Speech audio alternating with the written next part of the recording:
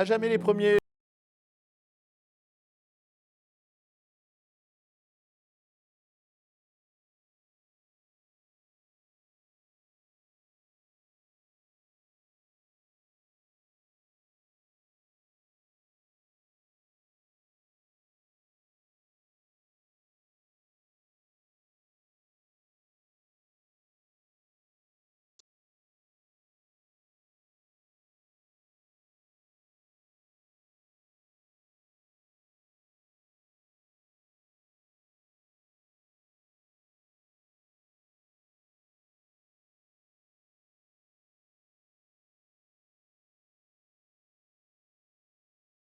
De ces problématiques. Derrière tous les Français, il paraît qu'il y a un sélectionneur qui se cache. Donc au moins, sur cette table, autour de cette table, on en a au moins deux. Vous n'avez jamais été sélectionneur, vous, Fabien? Sélectionneur, Lafare les Oliviers. Lafare les Oliviers, Oui, oui. tout à fait. Et un petit peu les compétences dans l'équipe de M-Provence. Oui, un peu. Mais alors là, c'est compliqué, j'ai que des pieds carrés aussi. Ils apprécieront, ils vous écoutent, ils vous entendent et ils vous respectent, monsieur le directeur général. Et puis avec nous aussi, Antonin, donc pour ces restaurants à Marseille, la table d'Augustine. Maintenant, l'accord avec Eric, ici, rue de la République, d'autres projets. Et puis vous êtes un héros de la télé-réalité. Pas un sélectionneur, mais un héros de la télé-réalité. Ouais, c'est un grand mot, mais on peut dire ça, allez. Alors que faites-vous tous les deux ici, là, rue de la République, Eric et Antonin? Ben tiens, Antonin, je te laisse la parole. Alors ça va s'appeler l'Atelier des artistes. Ouais. C'est un événement qui va réunir des artistes qui vont pouvoir peindre en live ou faire des interventions. Et la table d'Augustine est sur place, donc pour la partie alimentaire et la partie boisson. Donc c'est de la musique au rendez-vous. Donc c'est vraiment, ça va être un lieu de vie très très sympathique sur la rue de la République. Et de créativité. Alors, Éric Dulon, cette rue de la République, elle commence à devenir l'endroit où il faut être vu à Marseille. Il se dit que l'État devrait renommer la rue de la République l'avenue de la Corse. Parce que j'étais au 18. D'accord. J'étais au 18 bis, je suis au 37. Je fais le tour de Sadi Carnot, je prends le 27. Petit à petit, je vais finir sur le port. Salut. Superbe. Bon, alors on parle en effet des sélections en équipe de France parce qu'il y a certains choix de Didier Deschamps qui ont un petit peu surpris, alors que l'équipe de France, bien entendu, est en train de préparer donc la campagne de la Coupe du Monde qui se déroulera de façon un peu exceptionnelle cette année en fin d'année au Qatar, sauf erreur de ma part. Donc, Jacques, les choix de Deschamps pour ces matchs d'entraînement contre la Côte d'Ivoire et l'Afrique du Sud, je crois. C'est des matchs qui, évidemment, sont des matchs amicaux.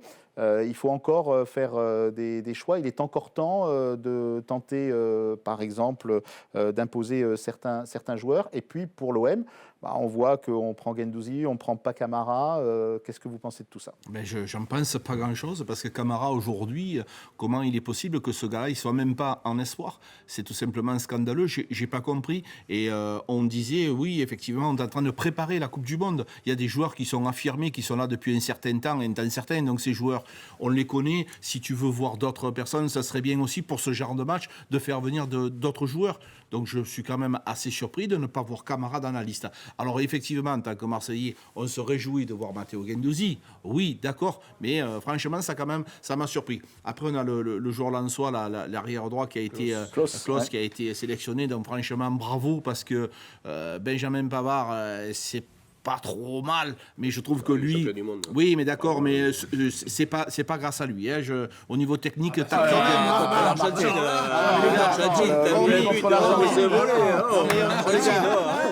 Il a mis un but. Si Benjamin Pavard, on va pas y faire le statut quand même. Et en plus, contre Sampaoli, entraîneur. Depuis, c'est extraordinaire. Manu, tu as été arrière d'aile, je vais pas te faire des compliments gratuits. Est-ce que on l'a formé, on l'a changé de poste, parce qu'il était central, lui. Je préfère avoir le Klose arrière droit en équipe de France, qui est un joueur très technique, très talentueux. Donc je suis aujourd'hui satisfait de le voir. J'ai amusé la galerie. Non, pas du tout. Ça se défend bien. Surtout que, en tout cas, ce qui est sûr, c'est que les deux matchs contre Lens de cette saison ont été spectaculaires et superbes grâce à des joueurs comme ça. Parce qu'il faut avoir deux bonnes équipes pour jouer.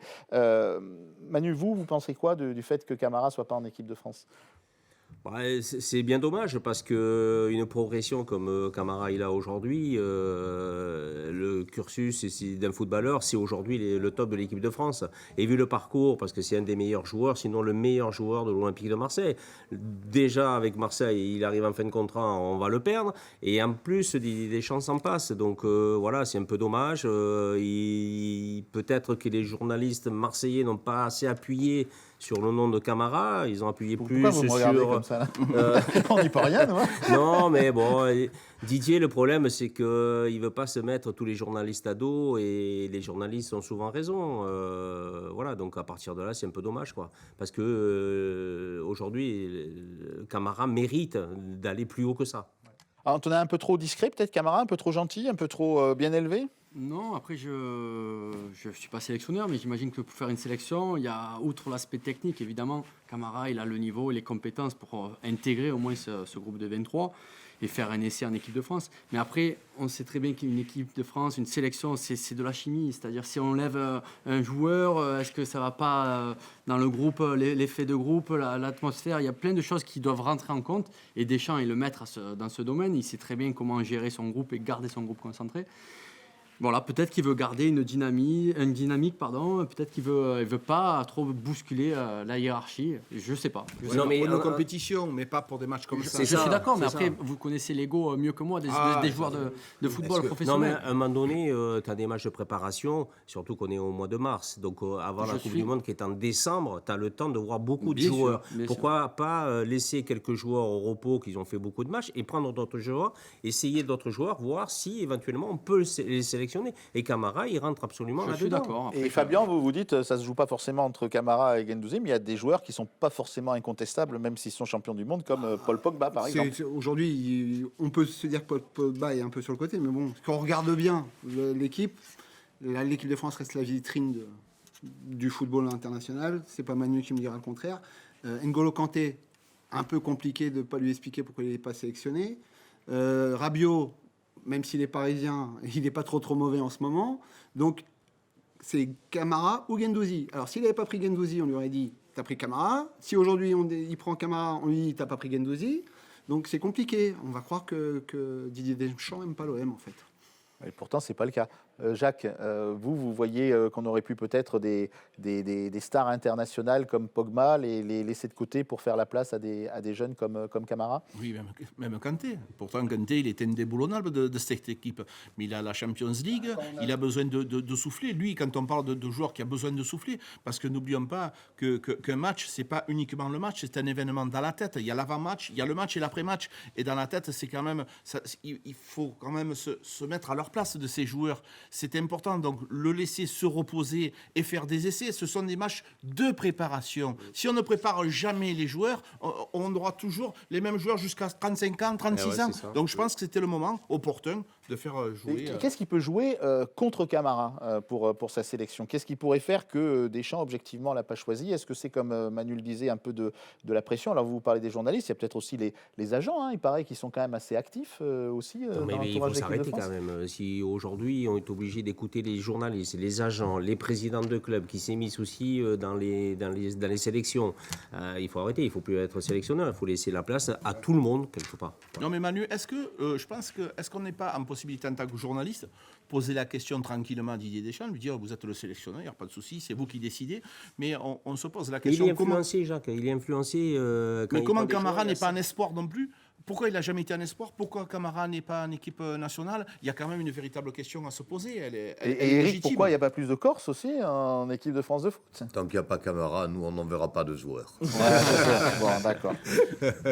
On s'entend bien là-dessus. Non, mais c'est vrai qu'aujourd'hui, on a le sentiment... Enfin, l'affaire Benzema, elle est quand même encore relativement récente. Donc, ce qui s'est passé, cette surprise qui nous a réservé, avec d'ailleurs finalement un résultat mitigé sur l'Euro. Alors, quand on voit Benzema, ce qu'il fait, c'est vrai qu'il est assez incontestable comme avant-centre. On peut parler du PSG à ce sujet-là, Fabien? Non, pas tout à fait. Il avait envie qu'on parle du PSG, mais on est sur à jamais les premiers. Et à jamais les premiers, c'est l'OM. Hein. Est-ce que le fait qu'il ne soit pas engagé pour l'année prochaine, c'est une question que je pose aux spécialistes, ne peut pas influencer le sélectionneur? Alors on va me rétorquer, c'est pareil pour Mbappé, sauf que Camara, Mbappé, ouais, ok. Il y a moins de concurrence, on va dire.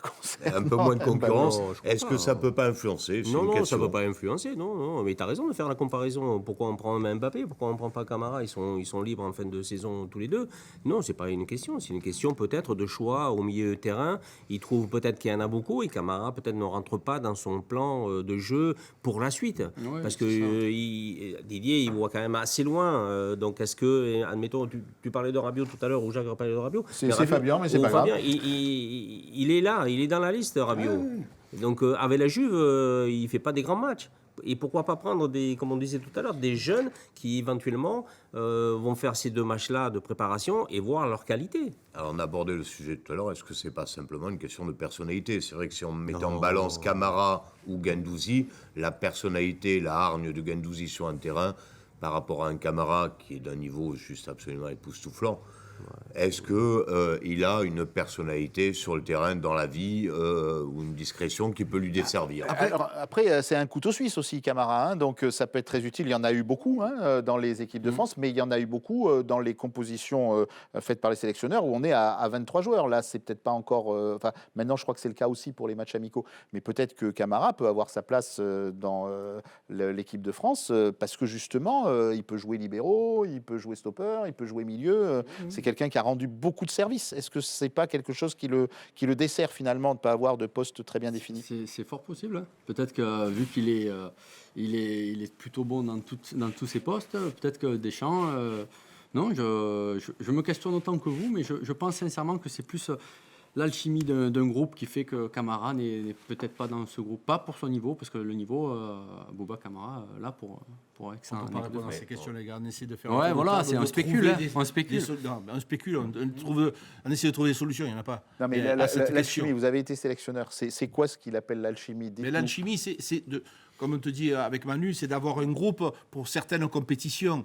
Certaines compétitions, tu as besoin pendant 15 jours, 20 jours d'avoir des joueurs qui s'entendent bien ensemble. Bien Ça, sûr. c'est pas. Là, aujourd'hui, on n'est pas dans la même problématique. C'est des matchs de préparation.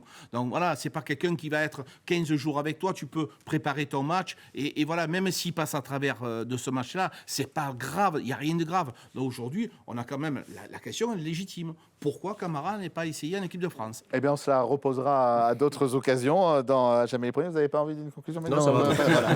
Bon, donc à très bientôt. À réfléchir. À très bientôt sur M-Provence pour d'autres débats autour de l'OM. Et rappelez-vous, on est à jamais les premiers pour ce talk. Merci, au revoir.